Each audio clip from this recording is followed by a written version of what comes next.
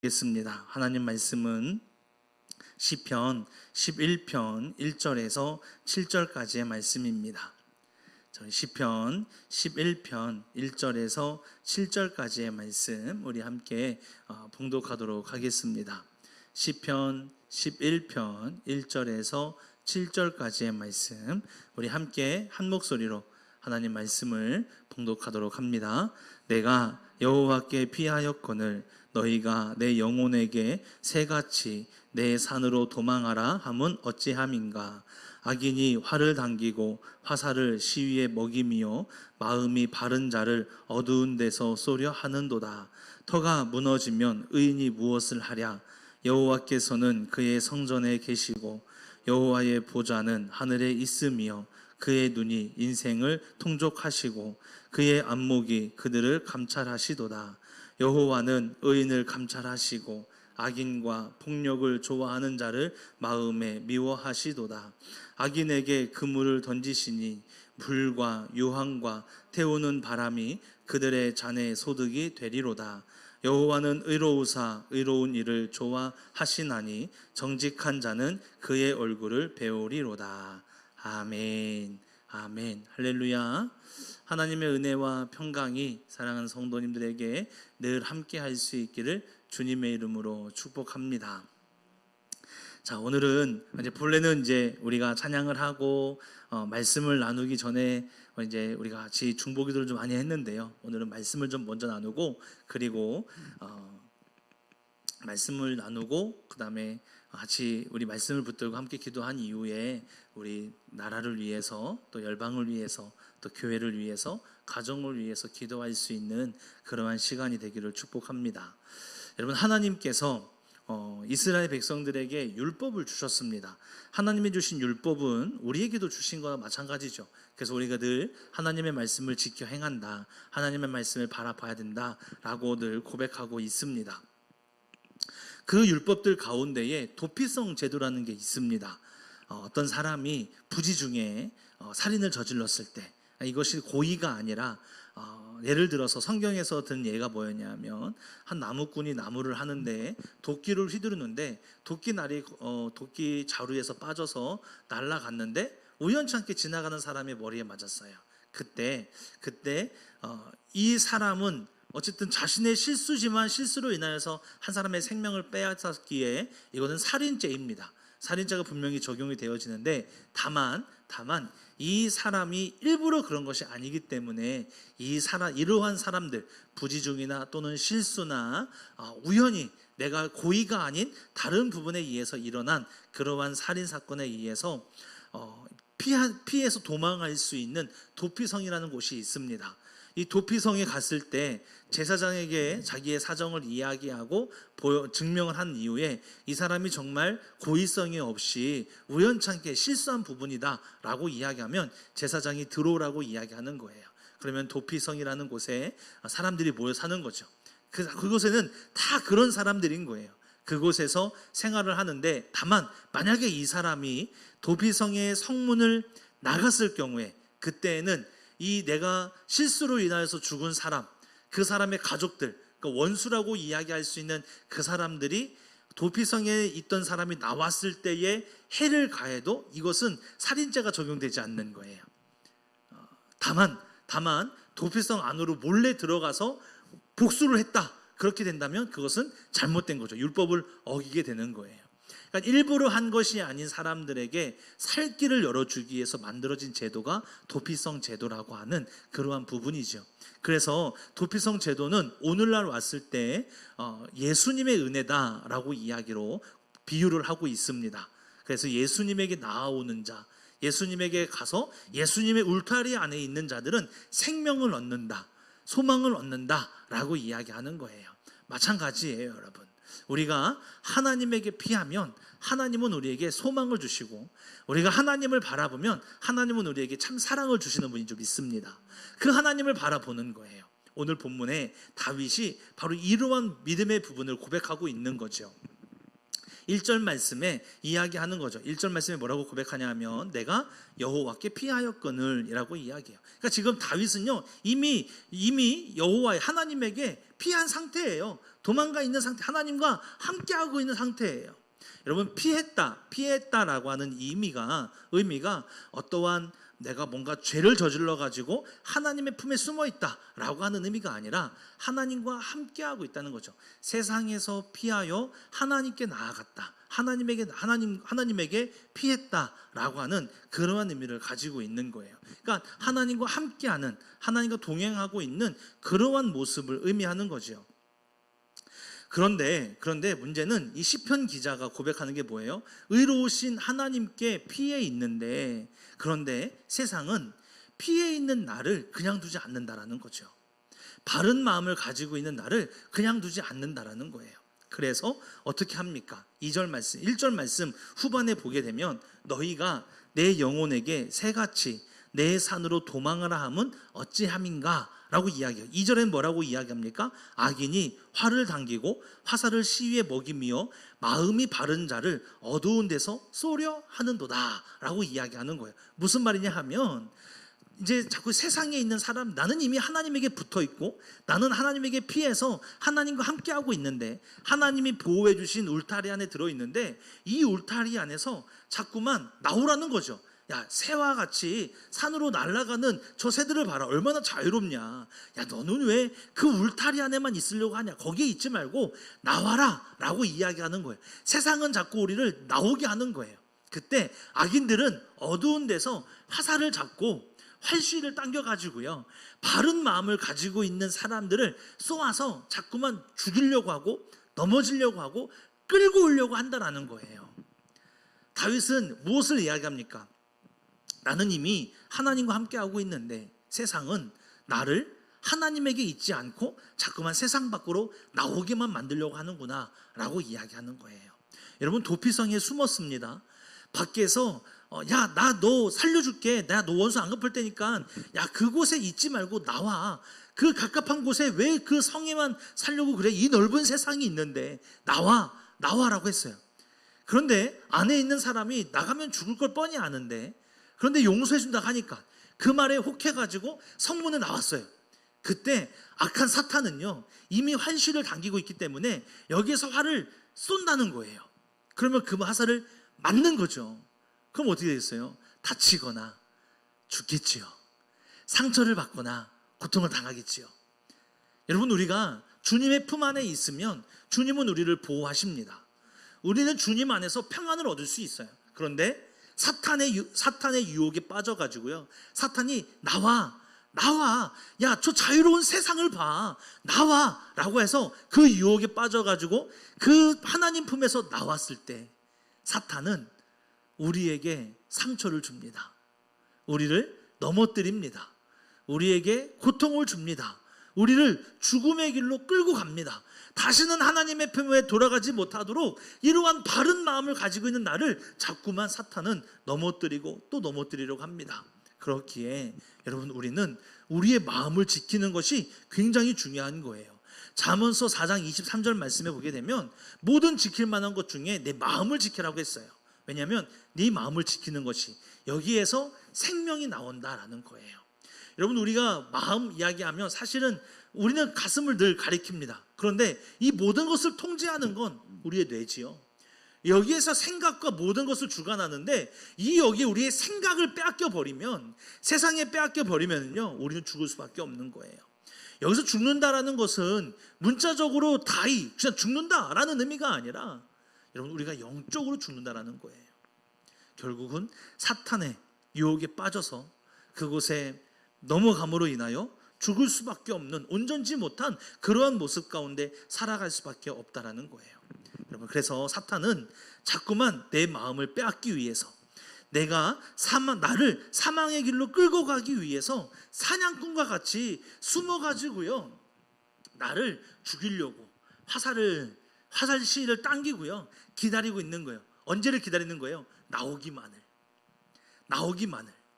여러분, 혹시 어렸을 때 새 사냥한다고 하는 거 해보셨어요? 이렇게 바구니 이렇게 놓고 이렇게 바구니 놓고 그 아래다가 쌀 놓고 그 다음에 막대기 이렇게 놔가지고 실 해가지고 방 안에 숨어 있다가 저는 해봤는데 왜 어른들은 안 해보셨지요? 저는 시골집에서 할머니 집에 보면 마당에 이거 작곡 이걸 털잖아요. 키즈를 하면 이제 널브러져 있는 이제 벼들이 있으니까 새들이 와가지고 쪼아먹고 그랬거든요. 그거 한번 잡아보겠다고. 사실은 잡아가지고 먹지도 못하는데 잡아서 먹겠다고. 그때 초등학교 때인 것 같아요. 형이랑 둘이 바구니 놓고 나름 덫을 만들었죠. 그리고 방에 숨어가지고요 새들이 오기만을 기다렸어요. 그리고 새들이 내려와 앉아가지고 그러니까 그 안에 이제 우리가 모아놓은 그 덫을 그 모이를 먹으려고 할 때 이제 실을 확 잡아당겨가지고요 새를 잡으려고 하는데 한 번도 못 잡았어요. 한 번도 못 잡았어요. 그런데 그런 거죠. 사탄은 이렇게 덫을 놓고 기다리고 있는 거예요.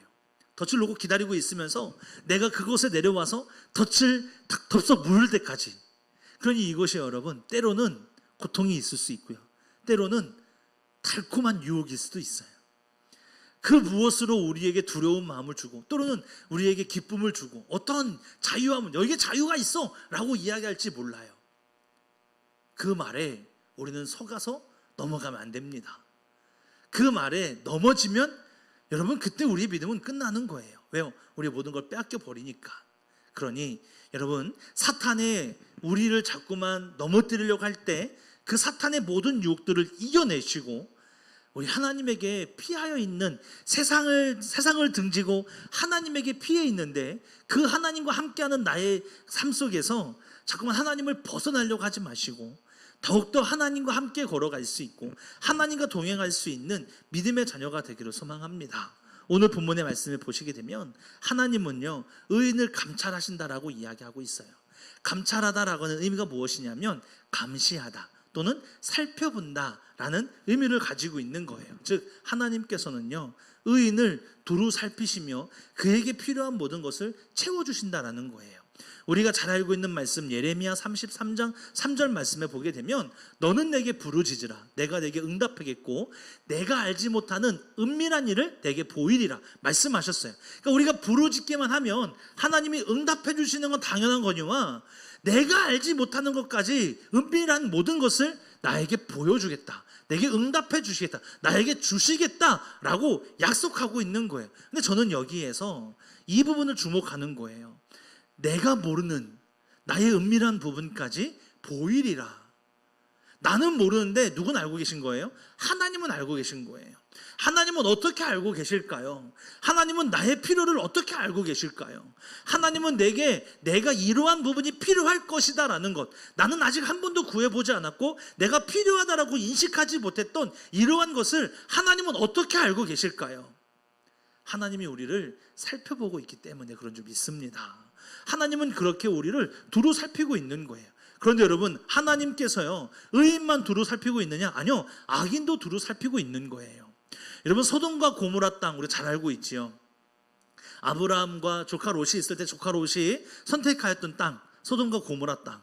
근데 여러분 그곳이 하나님의 심판으로 인하여 불바다가 되었습니다. 왜 그랬습니까? 그곳에 죄악이 가득했거든요. 하나님은 그곳에 죄악이 있는 걸 어떻게 아셨을까요? 누가 하나님에게 하나님 저곳에 죄악이 있으니까 하나님 멸망시켜 주세요 이렇게 이야기한 거 아니었어요. 하나님께서 어느 순간 보았는데 그곳에 너무나 많은 죄악이 있고 음란한 문화가 계속적으로 일어나고 있는 모습을 보시며 탄식하시면서 그곳에 심판하시겠다라고 선포하신 거예요. 어떻게 하셨을까요? 하나님은요 의인을 두루 살피시며 함께 하시지만 악인도 두루 살피시며 그들을 심판하시는 하나님인 줄 믿습니다. 그러니 하나님께서는요 모든 걸 다 아시는 거예요. 사탄이 밖에서 덫을 준비하고 있는 것까지 알고 계신 거죠. 그러니 여러분 우리에게 믿음이 넘어지지 않도록 하기 위해서 덫을 피하게 하시는 분이 하나님이신 거예요. 그럼에도 불구하고 왜 우리는 덫에 넘어질까요? 자꾸 나의 생각으로 움직이려고 하니까, 자꾸 나의 마음으로 움직이려고 하니까는요. 그래서 우리는 우리의 생각은 죽이고 하나님과 함께 살아가는 삶이 매우 중요한 거예요. 예수님의 뜻에 따라가는 삶이 매우 중요한 거예요. 왜냐하면 하나님의 뜻에 따라서 살아가면 하나님이 우리를 가장 좋은 길로 인도하시는 줄 믿습니다. 근데 여러분, 그 길에는 때로는 고난이 있어요. 넘어지시면 안 돼요. 그때 일어날 수 있는 힘도 하나님이 주시는 줄 믿습니다. 때로는 우리가 하나님의 뜻에 따라간다고 걸어가는데 이 길이 아닌 것처럼 모든 게 안 돼요. 막 이게 왜 이렇지? 왜 내 인생은 이래? 왜 나만 이래? 왜 나만 갖고 그래? 라고 하는 그런 마음이 들어올 수 있어요. 그때 여러분, 실망하지 마세요. 넘어지지 마세요. 주님 바라보세요. 내가 하나님의 품에 있고 내 믿음으로 나아가는 길이었다면 그 믿음의 길을 여러분, 하나님이 함께 하신다는 굳은 믿음을 가지세요. 왜 나밖에 없다? 왜 나만 가지고 그래? 아니요. 나만 가지고 그런 게 아니라 오히려 여러분, 그것이 더욱더 영광된 거예요. 세상과 등지고 내가 하나님을 바라볼 수 있는 믿음을 갖는 것. 세상 사람들은 야, 그거 다 아니야, 안 되는 거야, 야, 너 글로 가면 안 돼 라고 이야기하지만 나는 믿음을 가지고 나아가는 나의 굳은 믿음을 가지고 있는 거잖아요. 그러니 여러분, 하나님을 향해 나아가는 길에 실망을 갖지 마시고 나를 두루 감찰하시는 하나님을 믿으시기를 주님의 이름으로 축복합니다.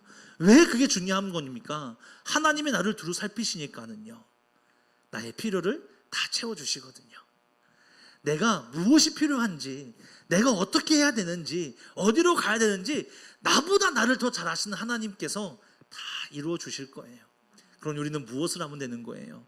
하나님께 피하있고 그리고 하나님에게 간절히 부르짖는 거예요.